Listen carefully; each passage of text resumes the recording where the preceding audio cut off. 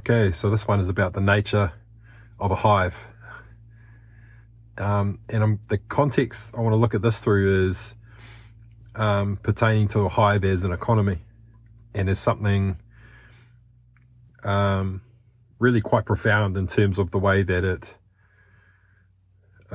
self-regulates, produces a surplus, holds reserves, self-organizes,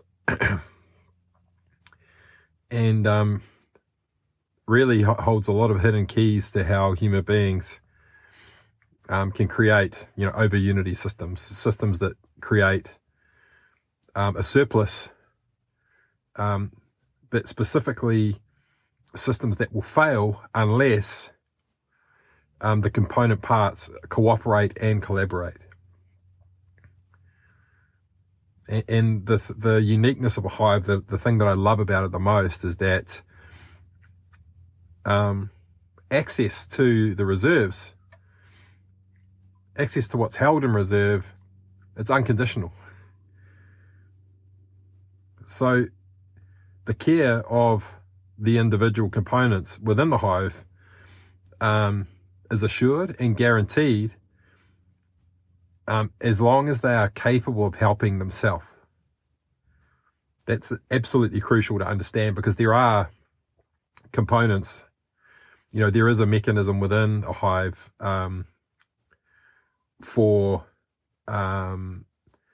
promoting the strength of the gene pool, in terms of when it comes to breeding and things like that. Quite fascinating, in fact, how they breed, and the competition for breeding and things like that. But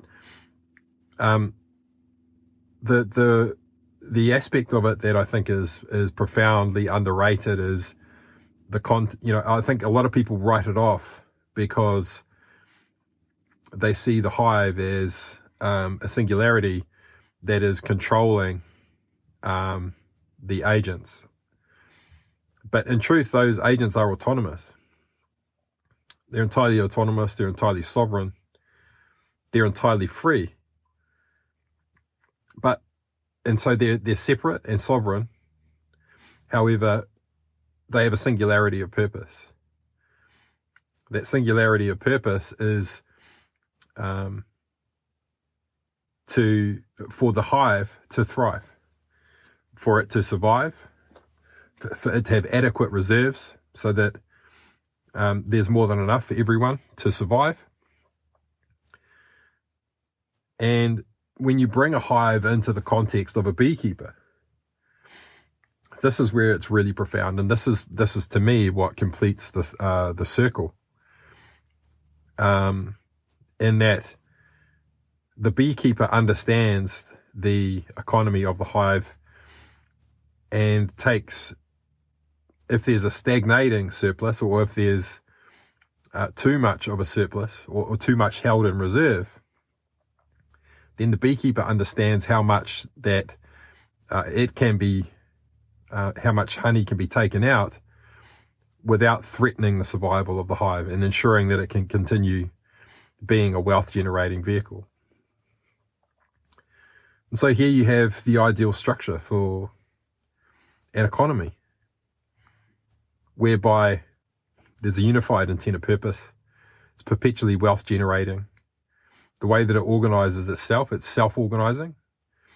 But there's no competition for survival. Survival is guaranteed as long as they figure out between themselves how to cooperate and coordinate and collaborate for the betterment of the hive. Now, this is absolutely essential. This is absolutely essential. Without cooperation and collaboration, then, and there is competition, remember, there is competition, but they're not competing for survival. They're competing for opportunities to go beyond. And this is what's critically important. So, in context of the hive, a lot of people dismiss it as a legitimate vehicle because they assume that there's a queen And, you relate this to the crown in New Zealand. The queen representing the crown with ultimate authority. But that's actually not the case. There's a massive dependency on the queen, but if you were to personify the queen in context of a human economy, the queen would represent the issuer. The queen would represent the issuer. So in our formal economy now, the issuer being a central bank, and in a hive, the issuer is the queen. Now, in context of the queen, the rest of the hive worshipping the queen, the perspective that I can see is that role of the queen in terms of being the commander of the hive, is that authority is imbued into a constitution that is shared by everybody involved. And this is where you have perfect harmony of unity and separation, cooperation, collaboration, consolidated intent, unified intent, distributed authority. It's a perfect ternary system. But and I talk about this a lot, the disentangling of the powers, the disentangling of the will of each individual component part, so that they have an individual voice, and then the unifying of that voice to create the constitution, and then the intentional, the willful adherence to the constitution. This is how you honor the sovereignty of everybody involved. And there you have the perfected over unity system, the perfect ternary system, perpetually wealth generating. All growth and enhancement to the hive comes from a surplus, never from a deficit. The survival of every component part is guaranteed, unconditionally, obligation free. And when there's an overyield, or where there's an overabundance, because abundance is not beneficial in a wealth generating system, there has to be the abundance has to be dependent upon cooperation and collaboration. So an incentive to create diversity and interdependency. And you have perpetual wealth. So it is a state of abundance, but lack is an accepted truth of that system. So the beekeeper, when there is surplus, when there's an over yield, then the beekeeper, then there is a donation made to the beekeeper. It's not willful on the part of the bees, I'm sure, but nonetheless, and this is the vehicle I've always seen, in my own over unity systems that I've designed, where there is an over yield, when there is stagnant surplus, it is devoted to obligation free, so that it can nourish some other part of the system, a greater part of the system.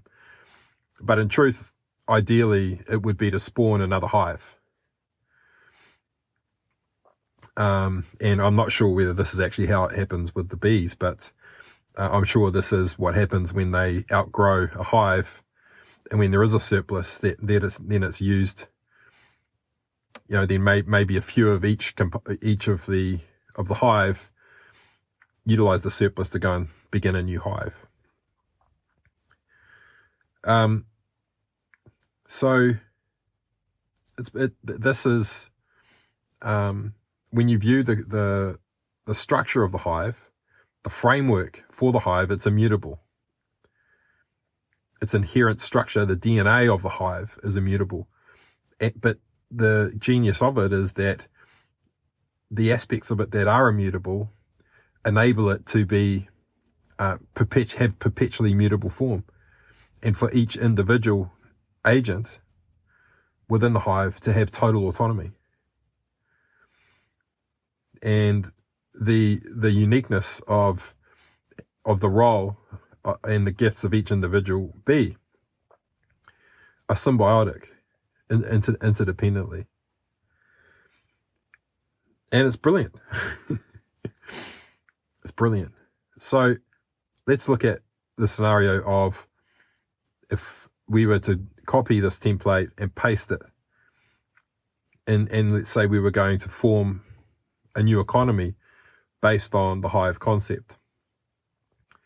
Now, we don't want to worship a queen, and we don't want to be dependent on the queen. So what we do is we decentralize that authority, and so we decentralize the authority of the queen. I'm not saying to do this for the queen in the real world, but what I'm saying is, if you were to form a self-reliant economy, you would decentralize the authority to the individual bees, to each individual human being. They would express their intent, and they would formulate a constitution. And that constitution,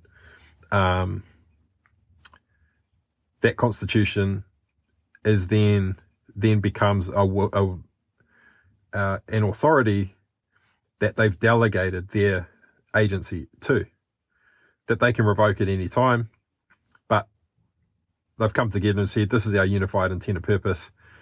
I'm choosing to abide by these collective rules that we've all made together, and these are the laws that govern us. And this is a role that our queen has now, and she delegates that agency to the judicial system and the government of New Zealand, and so that it is delegated largely by the Crown as it is now. And so in that scenario, you have a co-created constitution, but you need to disentangle the component of it that is the issuer of the abundance. And I love the fact that honey is the color of gold, because it makes it's a great symbol for the reserves. And so the issuer in this scenario can quite easily be a blockchain with a native cryptocurrency. If you were to create one new from scratch, as long as everyone agrees that that is the de facto standard currency, you can determine its value. That doesn't mean you're going to be able to exchange it for other currencies. However, if everyone agrees that this is the standard by which we're going to facilitate the exchange, then it can work, because the reason the reserves held in a hive to feed the hive, the reason that works so well is because honey is ubiquitous. It can feed everyone, and it can feed everybody. It's got everything that the hive needs is held in reserves, and it can be utilized and to keep them alive. And so there needs to be a singularity in terms of one thing that is capable of nourishing everybody, that's ubiquitous, like honey. And so we've used the gold standard in the past.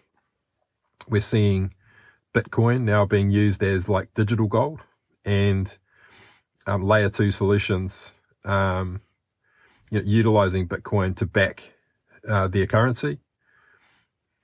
Because the beauty of Bitcoin, the way that it's structured, is that it's finite in the same way that gold is. you can deplete the earth of all of its gold reserves. And so,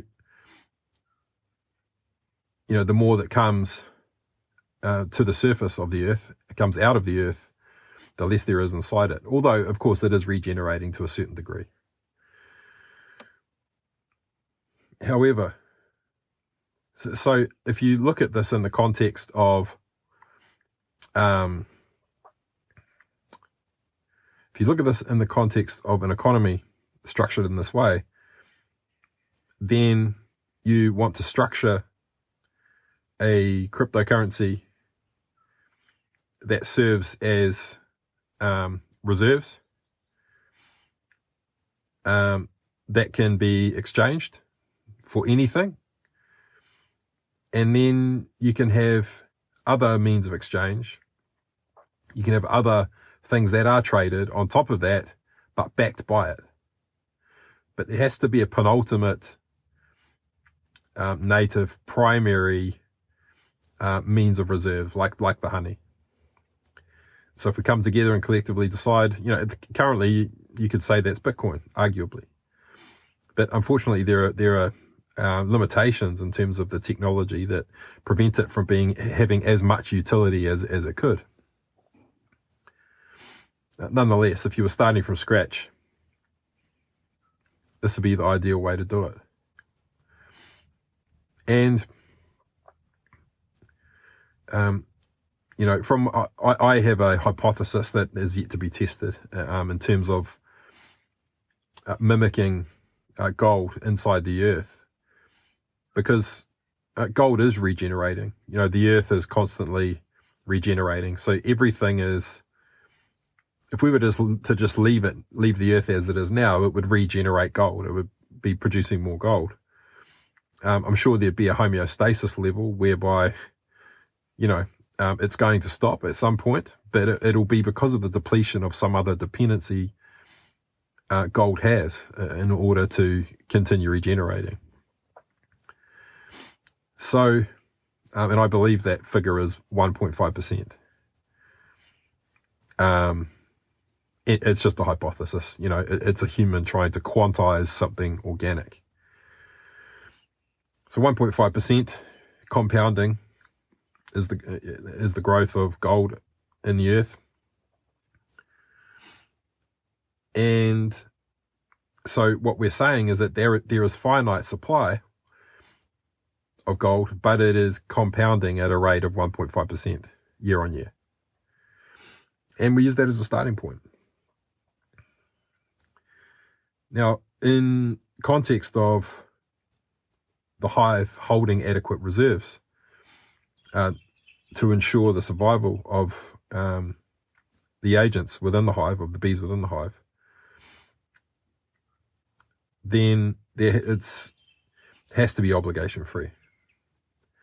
It's unconditional. If you need to eat, then you can eat. And the fact that it's available in abundance means that people don't treat it like it's scarce. And this would be the equivalent of a universal basic income. But here's the thing. You eat from it when you need to eat from it. And I think this is one of the beautiful things about a hive, is that you feed yourself. If you're hungry, then it's there, and you can eat. And human beings are we're miles away from this kind of ethos. Even a universal basic income, we're kind of, I think the main structure that I'm most interested in with a universal basic income is that it's a regular payment that's paid to everybody, that's so that it feeds all of the cells, so that it's spreading a minimum baseline level of wealth that will ensure the survival of every component part. And that's probably the ideal starting point. However, someone that already has surplus wealth,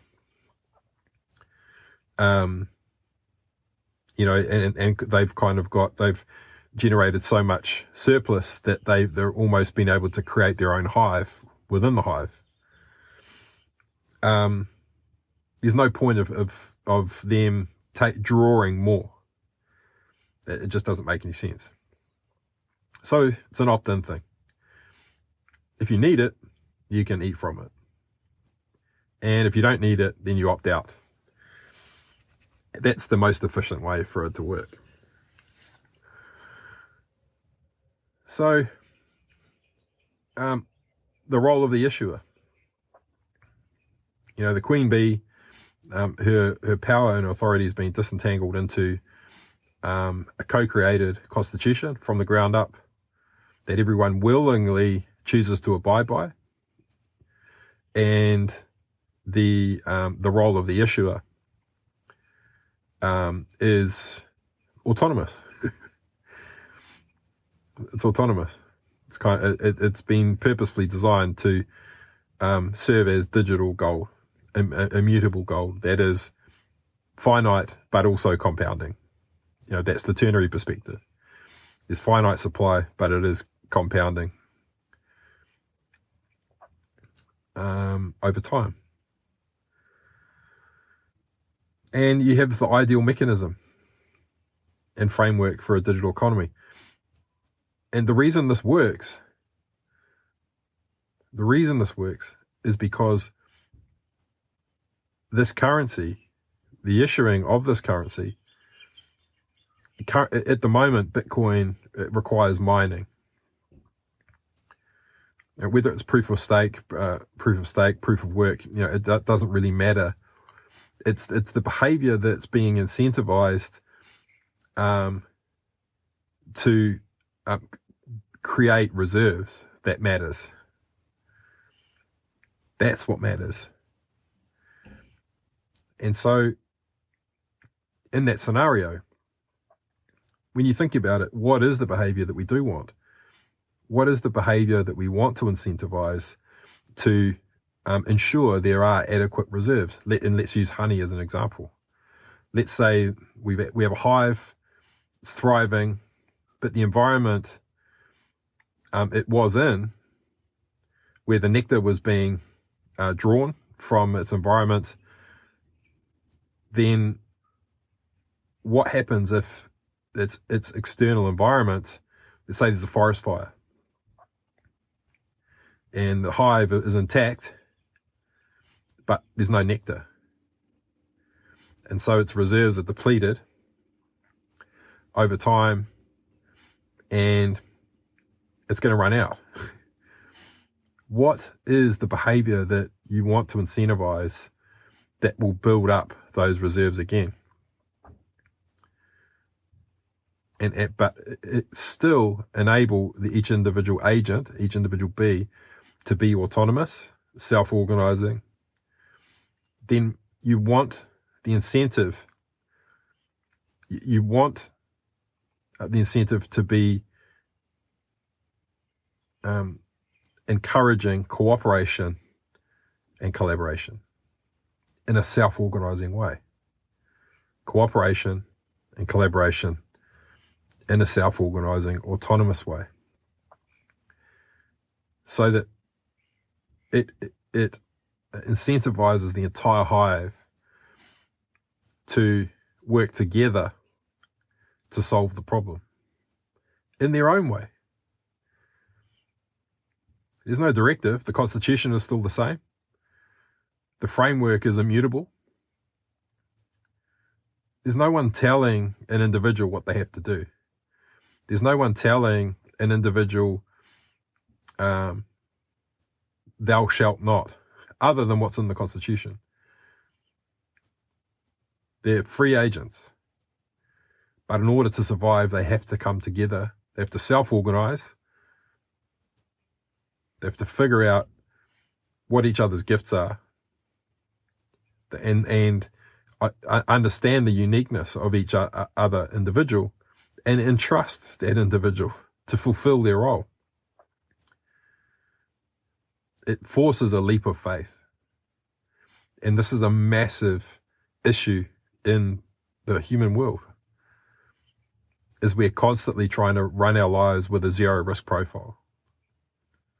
Because we fear loss so greatly that we're not prepared to take the risk. We're not prepared to take the leap of faith and trust someone to do the job in the way that we want them to do it, that if they follow their nature, it's going to fulfill our will, that I'm going to thrive because of it. We have zero trust. Whereas a hive, the beehive, you haven't got a soldier telling the queen what to do, how to be the queen, and vice versa. They defer the authority to the one who is most capable, and they entrust that person wholly. And this is why you see in nature schools of fish. They're free agents. Each fish is a free agent. It's following its own nature. But because it trusts the signals it's receiving from its environment, it's trusting its interpretation, it's trusting its thoughts, then it has surrendered to the meaning. And when it surrenders, by default, they all operate in symmetry. You realize that a school of fish is a hive. You realize that a pod of dolphins, I don't know if you've seen dolphins, down the side of a boat while you're in the water. As you're zooming along, you can see them, the grace, like they follow their nature. They're so surrendered to following their nature to such a degree that they move in perfect unison and perfect harmony, and the symmetry is quite sublime. A flock of birds, a murmuration of starlings, moving together as one, but just following their own nature. And then magically, they realize they're part of something much bigger, something much greater, something much more intelligent. That here we have it again, the ternary perspective, that they are sovereign, autonomous, and free, and unified. And this is the genius of ternary.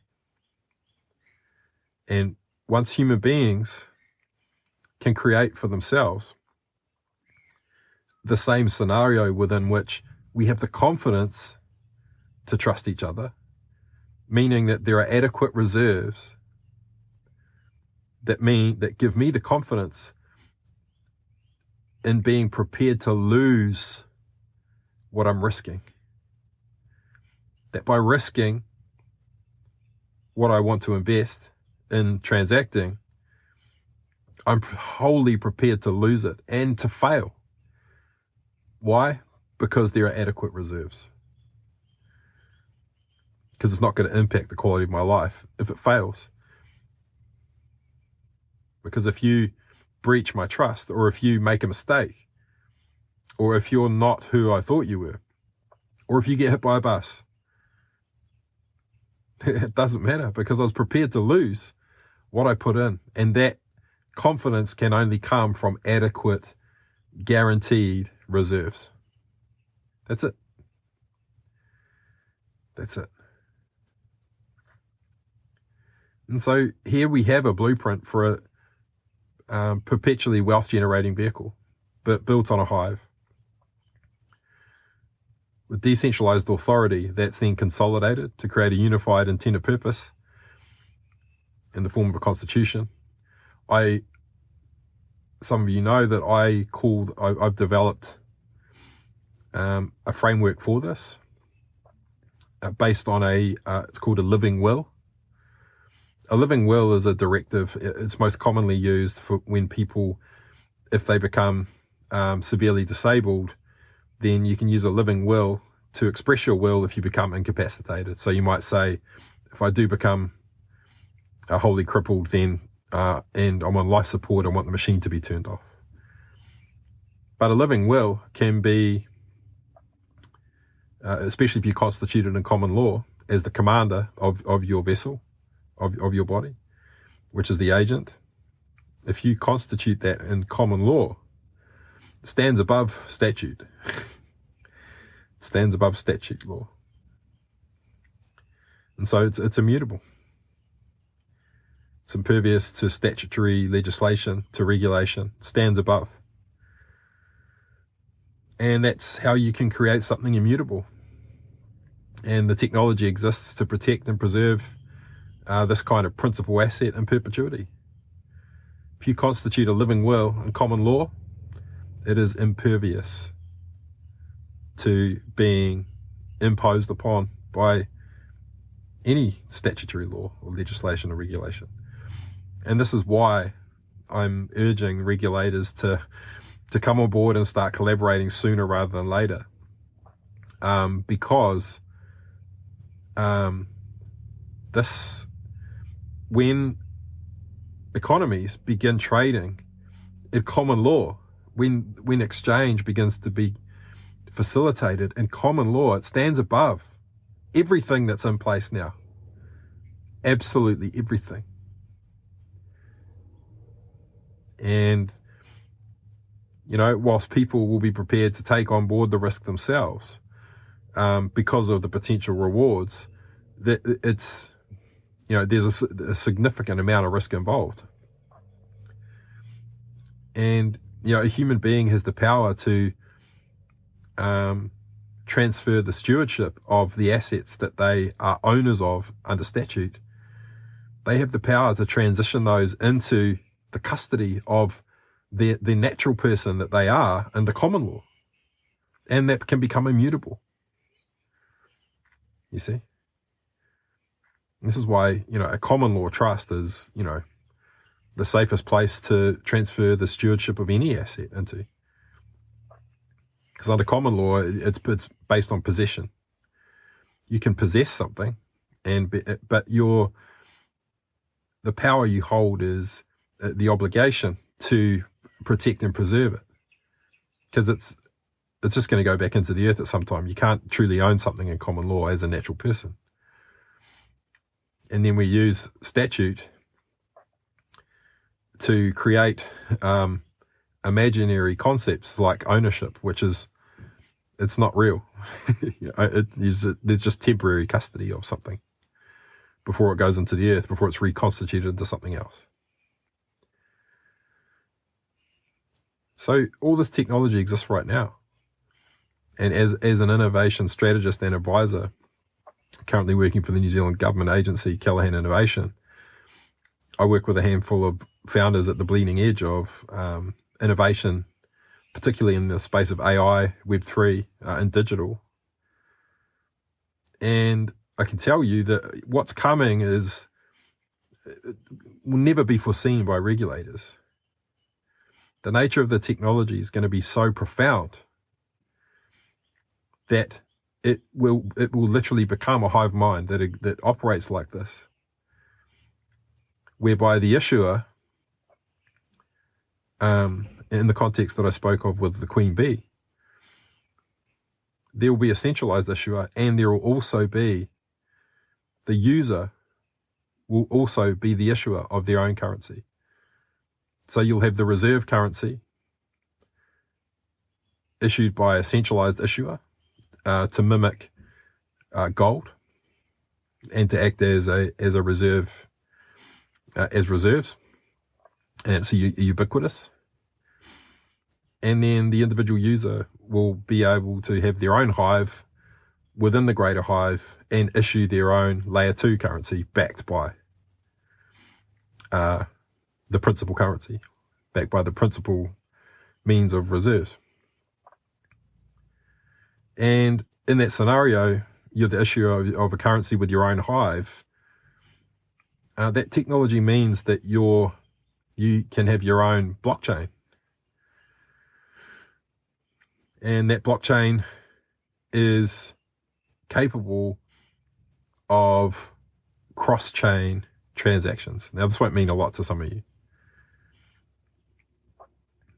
Now, if your principal constitution or your assets are protected immutably via common law, meaning they stand above statute, and you delegate authority and agency through assets that are in statute, for example, a smart contract that contains the rights to commercialize an asset that is immutably protected and preserved in common law, it's impervious. It's truly immutable, and it can take on perpetually mutable form.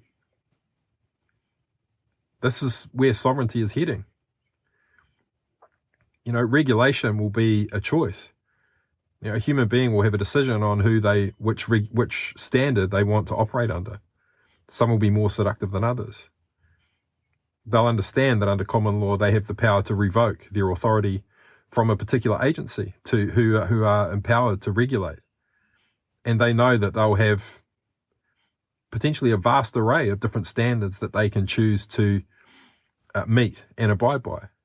And if a new one comes up that's better and even safer and imbues more trust, then they'll revoke that authority and then defer it to an agency with even better standards, which makes their reputation greater and higher. This is so close, this technology, so close. And it's happening in New Zealand.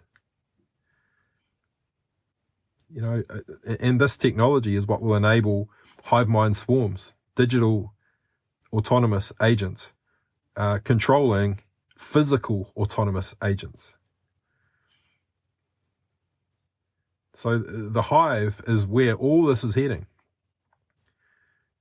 And the key to it is to understand that you have to take a ternary perspective. There has to be a singularity. And when I talk about the co-created constitution, that needs to be a smart contract, needs to be constituted in common law, have a unified intent of purpose that everyone willingly chooses to bond with and abide by. It's found in common law so that it stands above statute. That smart contract contains the intelligence, so that the collective centralized singularity of the intelligence of all of the autonomous agents, of all the users, in a singularity, in a pool. And because it's in a collective pool, it needs to be in a state of pre-interpretation. So it's just the pool of all of the collective wisdom of every agent. And then the intelligence layer is owned by the autonomous agent.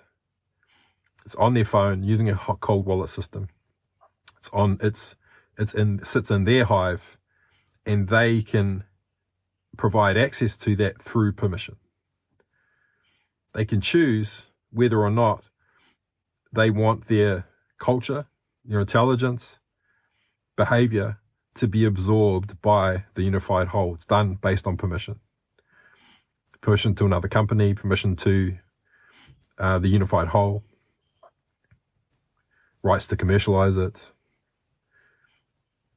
And it all takes place in common law, immutable,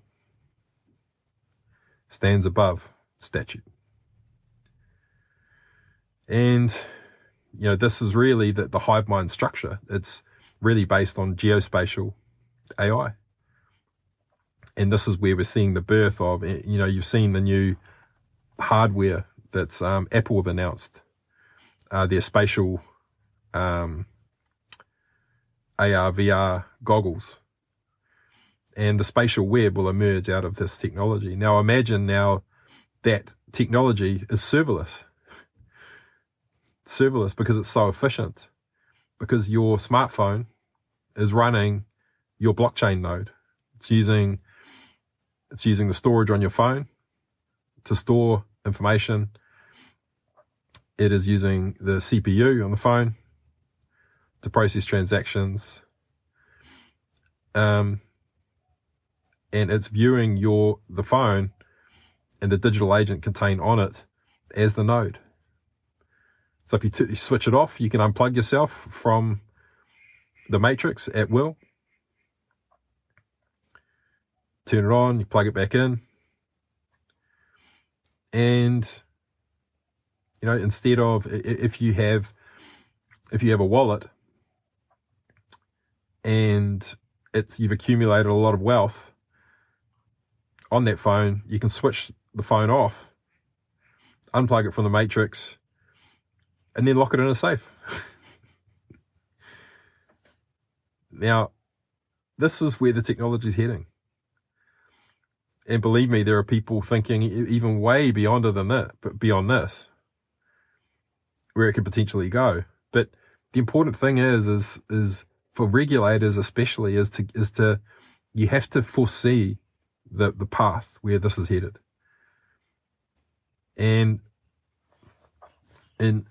globally, at the moment, the banks are withdrawing their support from crypto companies by the droves. And so it's becoming increasingly more challenging for a crypto-based company to have a bank account. Now, this is not the way to approach it, because there are so many founders in this space who already have immensely disruptive technology, who are choosing to show a duty of care by trying to work with regulators. They know that they don't have to ask permission for the regulators. They know this. But the regulators don't have the foresight to see what they're talking about. It sounds too radical, but it's only the goodness and the duty of care to do no harm of the individual that's preventing this disruption from happening now. And so, I heard the news of, there's been a venture I've been following for quite a while called Unbanked. And they're on a mission and a crusade to target the unbanked people of the world with a way for them to transact and without having access to a bank account. Now, their intention was to work with regulators to collaborate. But regulators are not prepared to allow any harm to come. So zero risk profile, even despite the potential rewards of having tens of millions of people who are currently unable to participate in the formal economy, all of a sudden being able to participate. So even in that scenario, the risk versus reward is too great for them to adopt and embrace ventures like Unbanked. Now, that's not good enough. So Unbanked is winding down. It's going to shut its doors. It was right in the middle of a raise. I think they had a term sheet with a $20 million US capital raise. And they've now said you need to take all of your assets out because we're about to begin a wind down. Now think of the unified intent of the community building that. They're trying to empower the unbanked of the world.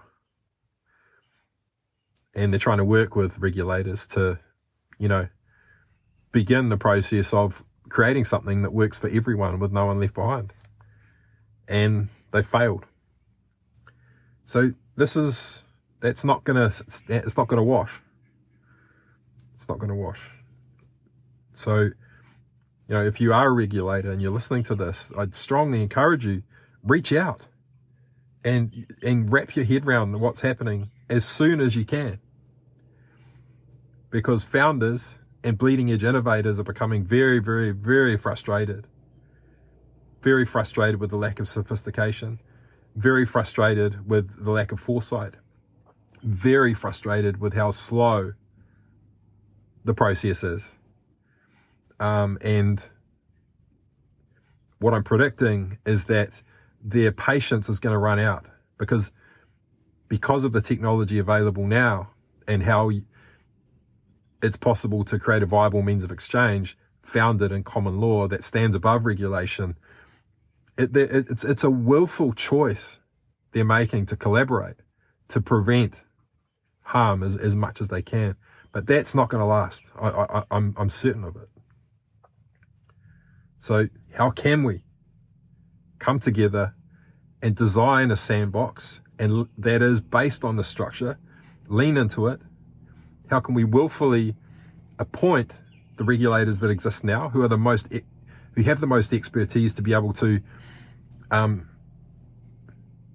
oversee a sandbox built on this framework, so that we can usher this in together and absorb and assimilate it into the way we do things now? Because if you just keep saying no and putting up brick walls to prevent harm, those walls will crumble. It's inevitable. So how can we? How can we make this work for everyone involved with no one left behind? Let's create a hive. Let's create a sandbox hive and work together. Okay, I'm going to leave it there. That's it for now for the nature of a hive. Talk soon.